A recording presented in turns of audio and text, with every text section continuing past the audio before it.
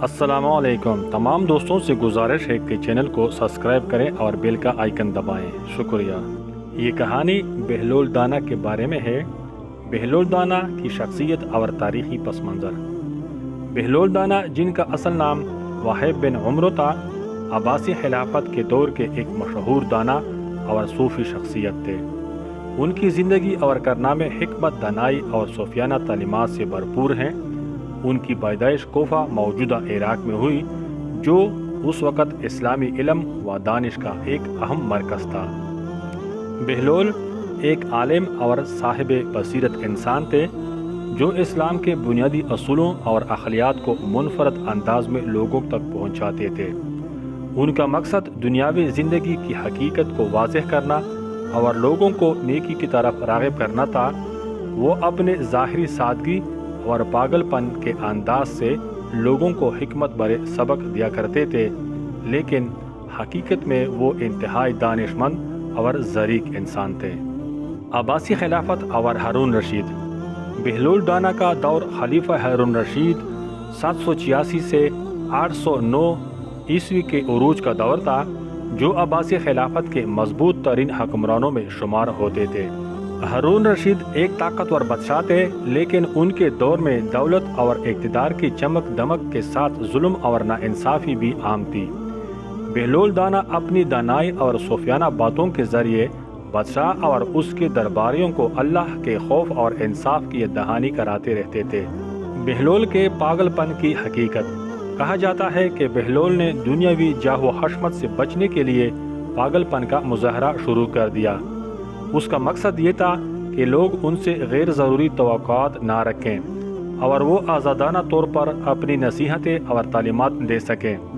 ان کے پاگل پن کے انداز میں گہرے حکمت بھرے سبق ہوتے تھے، جو ظاہری طور پر معمولی باتیں لگتی تھی، لیکن حقیقت میں لوگوں کے دل و دماغ کو جھنجھوڑ کر رکھ دیتی تھی۔ بہلول کے مشہور واقعات۔ بادشاہ اور تخت کی حقیقت۔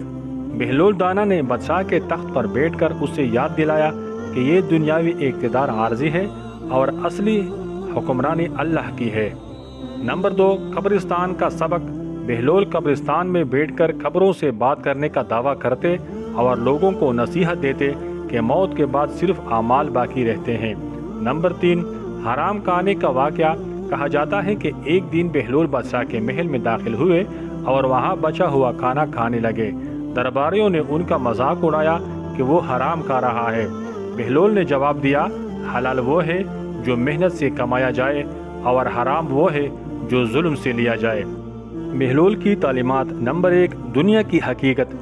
بہلول ہمیشہ دنیا کی فانی حقیقت کو نمایاں کرتے تھے۔ وہ لوگوں کو بتاتے کہ دنیاوی مال و دولت کی خواہش انسان کو گمراہ کر سکتی ہے۔ نمبر 2، عدل و انصاف۔ بادشاہوں کو نصیحت کرتے تھے کہ رعایا کے ساتھ انصاف کرے، کیونکہ قیامت کے دن اقتدار کا حساب لیا جائے گا۔ نمبر 3، عاجزی اور سادگی۔ بہلول خود سادگی کا عملی نمونہ تھے۔ وہ دنیاوی عیش و عشرت کو نظر انداز کرتے اور لوگوں کو بھی عاجزی اپنانے کی تلقین کرتے تھے۔ نمبر 4، اللہ کا خوف۔ بہلول ہمیشہ اللہ کے سامنے جواب دہی کا ذکر کرتے تھے اور یاد دلاتے کہ ہر انسان کو اس کے اعمال کا حساب دینا ہوگا۔ وفات۔ بہلول دانا کی وفات کے متعلق متفقہ طور پر تاریخ موجود نہیں، لیکن یہ تسلیم کیا جاتا ہے کہ ان کا انتقال 9ویں صدی عیسوی میں ہوا۔ ان کی آخری آرام گاہ کربلا عراق میں ہے، جو آج بھی لوگوں کے لیے ایک یادگار مقام ہے۔ بہلول دانا اپنی حکمت و دانائی اور منفرد طرز نصیحت کی وجہ سے اسلامی تاریخ کا ایک عظیم نام ہے۔ ان کے واقعات ہمیں دنیا کی حقیقت، عاجزی اور نیکی کی تعلیم دیتے ہیں۔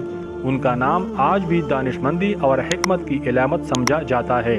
تو دوستو، آج کے لیے اتنا ہی۔ ملتے ہیں نئی کہانی، نئی امید کے ساتھ۔ تب تک کے لیے اپنے اور اپنے خاندان والوں کا بہت سارا خیال رکھیے گا۔ اللہ حافظ۔